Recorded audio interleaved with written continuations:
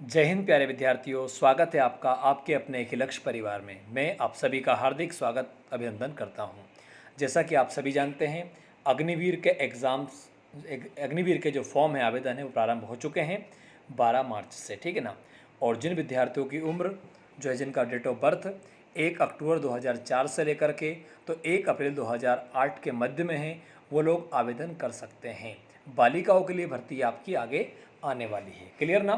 तो बिल्कुल आइए हम बात करेंगे साइंस से कुछ महत्वपूर्ण प्रश्नों की सीरीज की।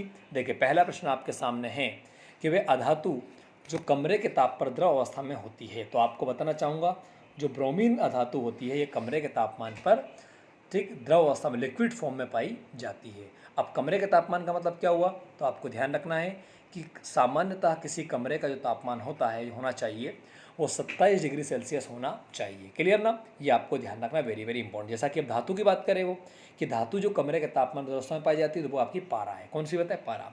और आप सब जानते, धातु अधातु में जो मेन डिफरेंस है, धातु विद्युत की सुचालक होती है, मतलब उसमें लाइट आसानी से, आपकी करंट आपका आसानी से फ्लो हो जाता है। धातु में नहीं होता, मतलब ये मेन पॉइंट है।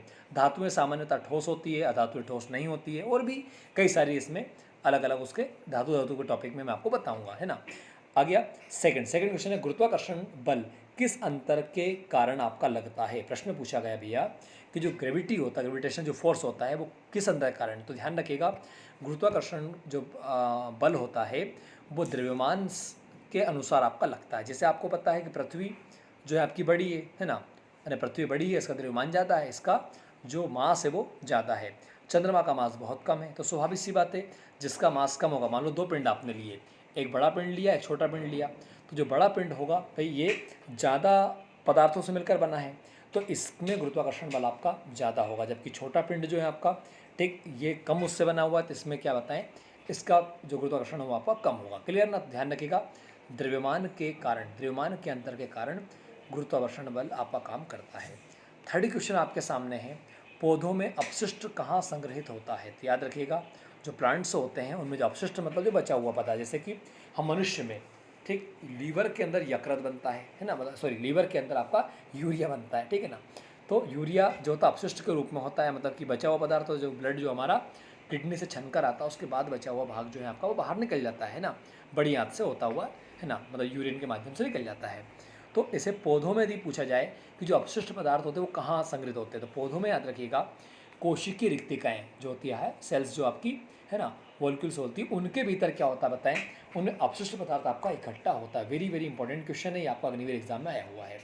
अगला प्रश्न है आपके सामने, शुक्राणु का निर्माण कहाँ होता है। तो आप ध्यान रखिएगा कि जो शुक्राणु होता है, शुक्राणु का निर्माण जो होता है, ठीक है ना, ये होता है कहाँ पे बताया, वृषण में, ठीक है ना, आपको टेस्टी से बोलते हैं। क्लियर ना? Very very. शुक्राणु को हम स्पर्म बोलते हैं, है ना, जो कि आपका मतलब नर का प्रमुख जनन अंग आपका होता है। मादा में अंडाणु होता है ना, जहाँ पे आपका अंडस का निर्माण होता है, अंडे का निर्माण होता है। क्लियर ना? अगला क्वेश्चन है, कौन से जीव में मुकुलन होता है। तो मुकुलन प्रक्रिया होती है एक जीव के बनने की। तो आप ध्यान रखिएगा, हाइड्रा हुआ या यीस्ट हुआ, ये ऐसे जो है आपके मतलब जीव होते हैं जिनमें मुकुलन की प्रक्रिया होती है, ठीक है ना। और मुकुलन किसे कहा जाता है, तो सीधी सी बात है, मुकुलन का मतलब होता है कि किसी भी जीव के शरीर की कोशिकाओं में बार बार विभाजन होने से एक उभार उसके ऊपर बन जाता है, ठीक है ना। और ये उभार धीरे धीरे बड़ा होकर एक नए जीव का निर्माण कर लेता है ना। मतलब कुल मिलाकर के इसमें जो है आपका समसूत्री विभाजन कोशिका का होता है, जिसके माध्यम से ये बनता है। मतलब एक जीव जो है आपका, जैसे मान लो कोई जीव है आपका, हाइड्रा है, उस शरीर पर एक उभार बनेंगे, वो उभार आपके दो हिस्सों में टूटेंगे और टूट कर नया जीव बनेगा, उसे कहेंगे आपका मुकुलन। पहले पढ़ गया तो मुकुलन प्रक्रिया के द्वारा, मतलब इसे अलैंगिक जनन कहा जाता है, क्योंकि इसमें लैंगिक प्रक्रिया नहीं होती। हम सब मनुष्यों में लैंगिक जनन होता है, नर मादा होती है इसके अंदर, ठीक है, नर मादा होते हैं, जबकि इसमें अलैंगिक जनन होता है। तो आई होप कि आपको जो मेरे द्वारा 5 प्रश्न आपको समझाए गए हैं, ये प्रश्न अच्छे से समझ में आए होंगे। तो आप सभी को धन्यवाद। जय हिंद, जय श्री राम। पढ़ते रहिए, पढ़ते रहिए, प्रयास करूँगा रोजाना कम समय में बेहतर वीडियो आपके लेकर आने का। Thank you so much. जय हिंद।